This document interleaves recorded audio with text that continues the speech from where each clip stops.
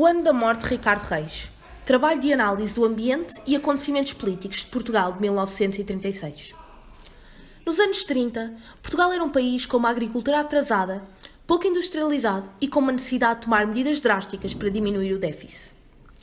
As dificuldades económicas e a instabilidade política criaram condições favoráveis para a aceitação e crescimento do Estado Novo. Um governo autoritário com o objetivo de controlar a economia, a política e a cultura. E que prometia não só um desenvolvimento económico, mas a tão desejada paz e segurança. Contudo, a sociedade portuguesa pouco se modificou. Salazar defendia a simplicidade de costumes e a moderação nos gastos, dando-se um apertado controle sobre o crescimento do operariado e o desenvolvimento urbano. Enquanto os operários não forem amparados pelo poder, são de esperar movimentos violentos. Página 415. Por estes dias foi inaugurada em Santa Clara um Marco Fontanário, com entusiasmo delirante dos moradores, que até agora não tinham mais remédio que abastecerem-se nas bocas de incêndio. Página 234. Lisboa abre as torneiras. Não corre um fio de água.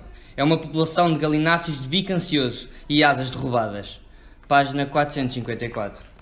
A deambulação de Ricardo Reis pelas ruas de Lisboa permite a divulgação da situação do país relativamente à miséria e à fome crescente.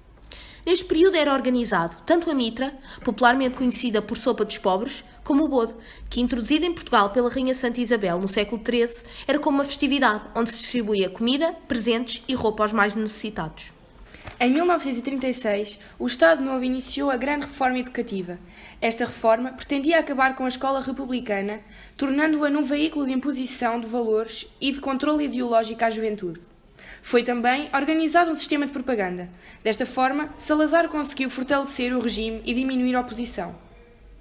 Os cartazes, por exporem as ideologias e divulgarem o regime de forma apelativa, e os filmes de apoio ao regime encomendados a grandes cineastas internacionais, como António Lopes Ribeiro, que cria a Revolução de Maio, excerto inserido por Saramago na obra, nas páginas 433 e 438, tiveram um efeito propagandístico enorme. Os jornais são igualmente uma fonte de apoio ao regime e é a leitura destes por Ricardo Reis que contribui para a apresentação dos acontecimentos políticos mais importantes de 1936. No entanto, devido às suas características de indiferença e alheamento em relação ao mundo, Ricardo Reis não se apercebe da filtragem de notícias, sendo exclusivamente passada para o povo uma imagem de país pacífico, pobre, mas feliz e cheio de orgulho nas suas obras. Oliveira Salazar, homem enérgico e simples, cuja clarividência e sensatez deram ao seu país a prosperidade e um sentimento de altivez nacional. Notícia de um jornal francês, página 225. O aparecimento do professor António de Oliveira Salazar para salvar o seu e o nosso país do abismo, para o restaurar, para lhe impor uma nova doutrina, fé, entusiasmo e confiança no futuro, são palavras do periódico, página 351. Em Portugal, poderiam viver em paz pelo tempo que quisessem. Portugal é um oásis. Aqui a política não é coisa de vulgo. Por isso há tanta harmonia entre nós. O sossego que vê nas ruas é o que está nos espíritos.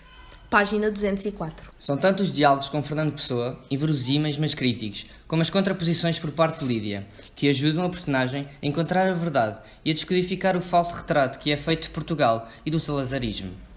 Claro que na Alemanha o povo é outro. Aqui, a gente bate palmas, acorre nos desfiles, faz a saudação à romana, vai sonhando com fardas para os civis, mas somos menos que terceiras figuras no grande palco do mundo.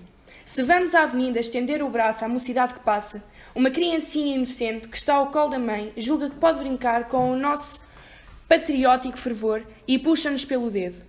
Com um povo destes não é possível ser convicto e solene. Não é possível oferecer a vida no altar da pátria. Deveríamos era aprender com os ditos alemães. Página 304. A ordem social e política é imposta mediante uma apertada vigilância das liberdades e dos direitos dos cidadãos. Para este efeito, o Estado Novo criou órgãos como a PVDE e os serviços de censura. A PVDE, sediada na rua António Maria Cardoso e em funcionamento entre 1933 e 1945, foi criada para impedir a divulgação das ideias que diferiam da ideologia do Estado, punindo os que ousassem expressar opiniões ou realizar ações contra as regras estabelecidas. Ocorreu também uma vigilância das fronteiras, com especial controle dos estrangeiros. Existe uma referência à perseguição aleatória da Polícia de Vigilância e Defesa do Estado, através de Ricardo Reis, que recebe uma intimação para comparecer na polícia, lançando sobre este a desconfiança e o medo. Mais do que o papel, em que ainda não pegou, inquieta-o a expressão de Salvador. A mão dele que parece tremer um pouco. De onde é que isso vem? Mas ele não respondeu. Certas palavras não devem ser pronunciadas em voz alta, apenas segredadas, ou transmitidas por sinais, ou silenciosamente lidas, como agora as lê Ricardo Reis, disfarçando as maiúsculas por serem tão ameaçadoras. Polícia de Vigilância e Defesa do Estado. Página 197. Sendo assim, este órgão impõe a repressão e a ordem, criando uma ausência de liberdade, que, por conseguinte, levará à censura. Ficou Ricardo Reis a saber que a polícia, onde terá de apresentar-se na segunda-feira, é lugar de má fama, e de obras piores que a fama. Coitado de quem nas mãos lhe caia. Ele são as torturas. Ele são os castigos.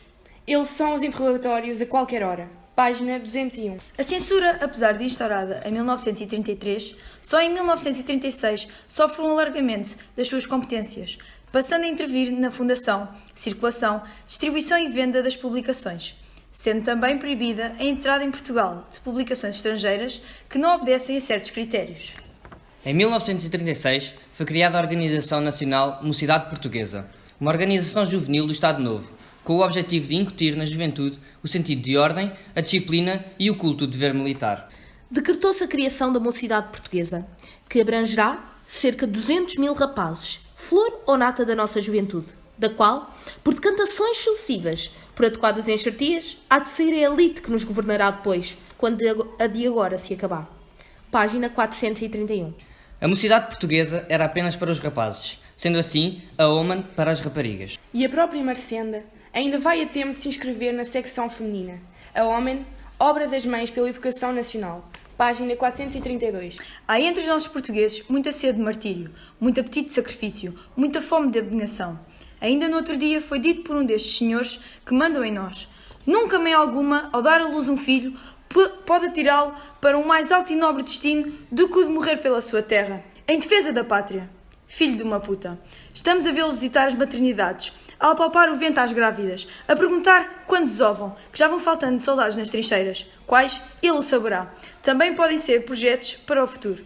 Página 305 e 306. A Marinha Portuguesa, outra grande instituição, tem permissão de cooperar de forma integrada na defesa militar de Portugal, através de operações navais. Face ao descontentamento da situação do país, alguns marinheiros prepararam um ato revolucionário, acabando por se dar a conhecida Revolta dos Marinheiros, a 8 de setembro de 1936. Qual é a intenção deles? Com certeza não contam sair para o mar, acreditando que será bastante para fazer cair o governo. A ideia é irem para a Agra do heroísmo, libertar os presos políticos, tomar posse da ilha e esperar que haja levantamentos aqui. E se não os houver, seguem para a Espanha. Vão juntar-se ao governo de lá. E os barcos? Quais são os barcos? É o Afonso de Albuquerque, mais o Dão e Bartolomeu Dias. Página 481. Então, ouviu o primeiro tiro de seca. As vidraças estremeceram. Não eram os navios de guerra que estavam a bombardear a cidade. Era o Forte de Almada que disparou contra eles. Contra um deles. É o Afonso de Albuquerque. Começaram a soar tiros, mais violentos, mais passados. É o Forte do Alto Duque. Já não vão poder sair. Página 487 e 488.